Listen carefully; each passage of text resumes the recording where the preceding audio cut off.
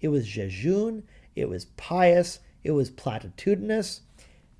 And while I appreciate the advanced reading copy, I still maintain that it could have been written by a goldfish. Hashtag, not saying, just saying. Get out of my sight, you make me sick.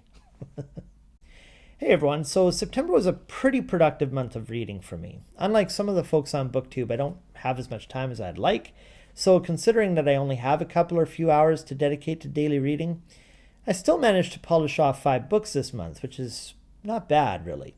Stick around and I'll tell you about them.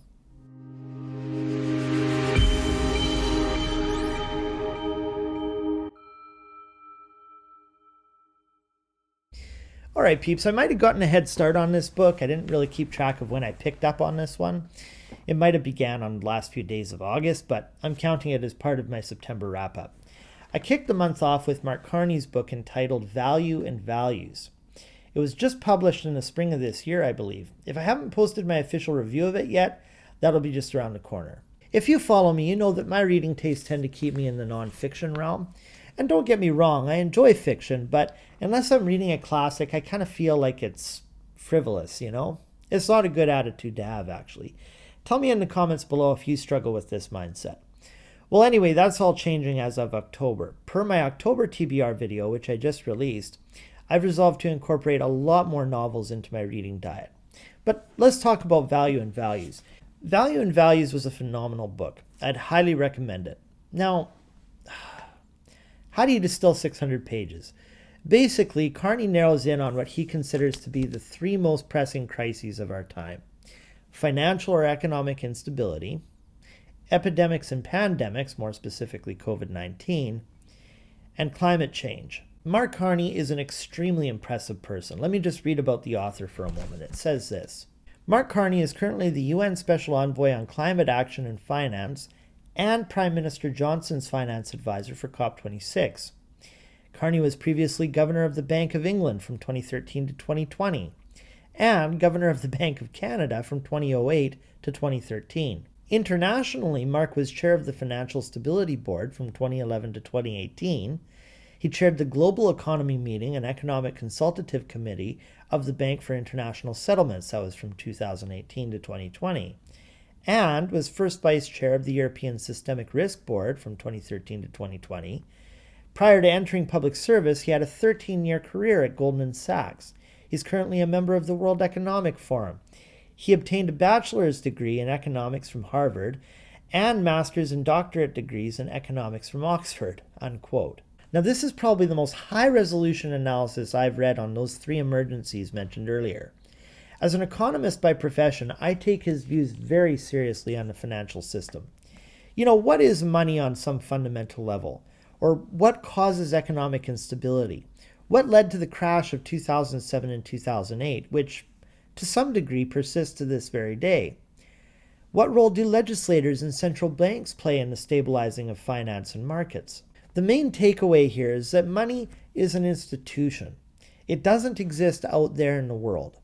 It's predicated on what society values most. And the disparities we see, such as, the value we place on Amazon the company and Amazon the rainforest by contrast, directly indict us as a species. Furthermore, economic instability results from this corruption of values and the greedy influences that weaken our trust in financial institutions. In other words, there's a direct corollary between waning trust in institutions and the abasement of currency. That's a fact. Now, I'm not going to say much more than that, except with regards to how the pandemic and the climate crisis has exposed our corrupt priorities as a society. I would say much more, but in a nutshell, that's what Value and Values is all about. And I think Carney presents a strikingly coherent action plan going forward in rising to these shared concerns. It's not alarmist in tone either, which is a wonderful feature of the book and actually quite unique when you think about it, given its subject matter. I had no idea how much is being done from the top down and the bottom up on these issues. I think I rated it either 4 or 4.5 stars out of 5 on Goodreads. So let's move on to the next book. Now, following Value and Values, I had read another book which was actually published a couple of years ago. It's the memoir of the former Chief Justice of the Canadian Supreme Court, Beverley McLachlin. It's called Truth Be Told, and I rated this 10 out of 5 stars. It was absolutely top-notch. I was lucky to find a signed copy of it, which is really cool too. Beverley McLachlin is such an amazing person. Besides learning just about her life off the bench, which deserves a book deal in itself, I'd say, I couldn't believe how much good she and her colleagues have done in protecting and guaranteeing basic rights Canadians like myself take for granted every single day. On a deeper level, though, this book impressed upon me, well, much like Carney's book, in fact, how the only way out of the crises we all share is to invigorate our cooperation with one another and work to improve the institutions we rely upon so much. Yes, the Supreme Court of Canada is imperfect, but it also does a lot of good in the world. And any argument you level against the Supreme Court of Canada only speaks to how important it is to redouble our efforts in improving the institution, not throwing the baby out with the bathwater, so to speak. So McLachlin's story about how we can do that on a personal level, right in our own homes, and then ultimately in our communities, really spoke to me in a profound way. It's also a redoubtable defense for progressive reforms in interpreting and amending the Charter in a democratic way that represents the diversity and needs of Canadians. So I'd highly recommend you read this if you're interested in that sort of thing too.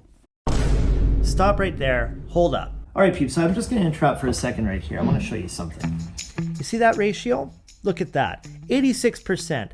86 freaking percent of you watching are not subscribed. Why don't you like me? What are you even doing anyways? So the next time we see this little animation, what are we gonna do? Damn straight. Okay, I hate to have to set you straight like that, but it's for your own good. I don't want to have this conversation again, you understand? Anyways, as I was saying. Next on the list is another book Beverley McLachlin wrote, which is a courtroom drama called Denial. I was gifted an advanced reading copy of this one and invited to review it. This is actually a signed copy as well, which makes it really special to me. For you fiction lovers out there, I would definitely recommend this one for you. Like if you're into John Grisham, this keeps up with his level. It's really good. She also has an impressive command of the English language, which elevates this book above so many modern novels. Now, call me snobby, but I actually really like that about her. She writes very elevated and elegant prose.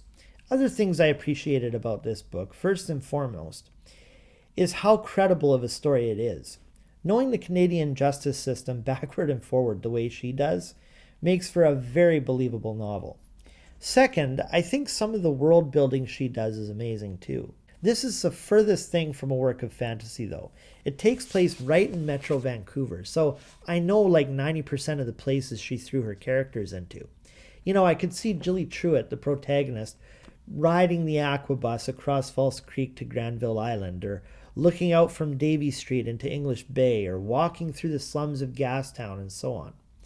That may not sound like world building, but in my opinion, it kind of is. It's not just Vancouver, it's Jilly Truitt's Vancouver. Now I have to make time to get around to her first novel called Full Disclosure. So the fact that I read 2 of her books back to back, yet I'm still game to do another, yeah, I can't recommend this one enough. There's also a really neat joint interview of Beverley McLachlin and John Grisham in the back of this book, so that's pretty neat too.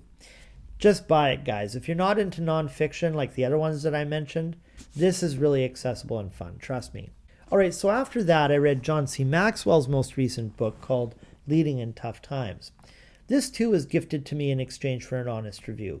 I was given what's called an advanced reading copy in digital format, what's known as an eARC, and it was published in July, I think. I was not impressed, guys. I mean, I'm just being straight up with you. I rated it like 2 stars. I don't think it's worth talking about much, to be honest, except to say that I think Maxwell has let his base of fans down in a big way on this one. I haven't read any of his books prior to this one, and I was shocked that it stunk so bad, because the man is tremendously accomplished. He's a New York Times bestseller. I've read many books that quote him. In fact, even that Mark Carney book that I mentioned earlier quotes him throughout. He's mentioned in the same breath as Jim Collins, Benjamin Graham, and George Clason. He writes almost exclusively on leadership, management, and business, so I was really expecting him to blow my pants off. But I was actually reminded of a line William Gibbs McAdoo once used to describe President Harding's speaking ability. He said that his oratory resembled an army of pompous phrases moving across the landscape in search of an idea. And that's precisely what John Maxwell's Leading in Tough Times is like. It was jejune, it was pious, it was platitudinous. And while I appreciate the advanced reading copy, I still maintain that it could have been written by a goldfish. Hashtag, not saying, just saying. Get out of my sight, you make me sick. And finally, on October 1st, I just smoked off the last few pages of another eARC I received entitled Net Positive. It was written by Paul Polman and Andrew Winston. And you know what? It was pretty friggin' good. I'm not going to complain. It was very accessible. I would say it's much more accessible than Carney's book, but thus far not quite as great in my opinion. And I haven't reviewed it yet, but I think I'll put it around 3.5 to 4 stars. And it's talking almost exactly about the same stuff that Value and Values does. It's all about how business leaders, entrepreneurs, and massive corporations can give more to the world than they take. It discusses how ESG matters, that is, environmental, sustainability, and governance, can be leveraged not just philanthropically, but opportunistically too, to drive profitability in a company. It's about how Paul Polman managed to take Unilever to a whole new level of prosperity. This was after many years of floundering and was almost subject to a hostile takeover. But more importantly, how Unilever was able to become a net contributor to climate action and the communities they employ and affect. It represents a complete rethink on shareholder primacy and, if applied by the business class, would bring so much respect and dignity back to the private sector. I would say Net Positive and Carney's book that I mentioned earlier should be required reading for the C-suite of any major corporation. So I'd highly recommend this too, despite the writing style not exactly blowing me away. It's just phenomenally informative. That's where it shines. Okay, so this has been the wrap up for September. I'm looking forward to hearing from you guys about these books, if you've read them or if you intend to. And we'll see you in the next one very soon. Thanks for watching. Ciao. Hey everyone, I hope you liked this video. We put up some incredibly transformative content on this channel. If you want more like the one you just watched, click the suggested video on this screen. Make sure you subscribe, and to connect with me on my other platforms, my handles are linked below in the description, alright? Take care, peeps. Till next time.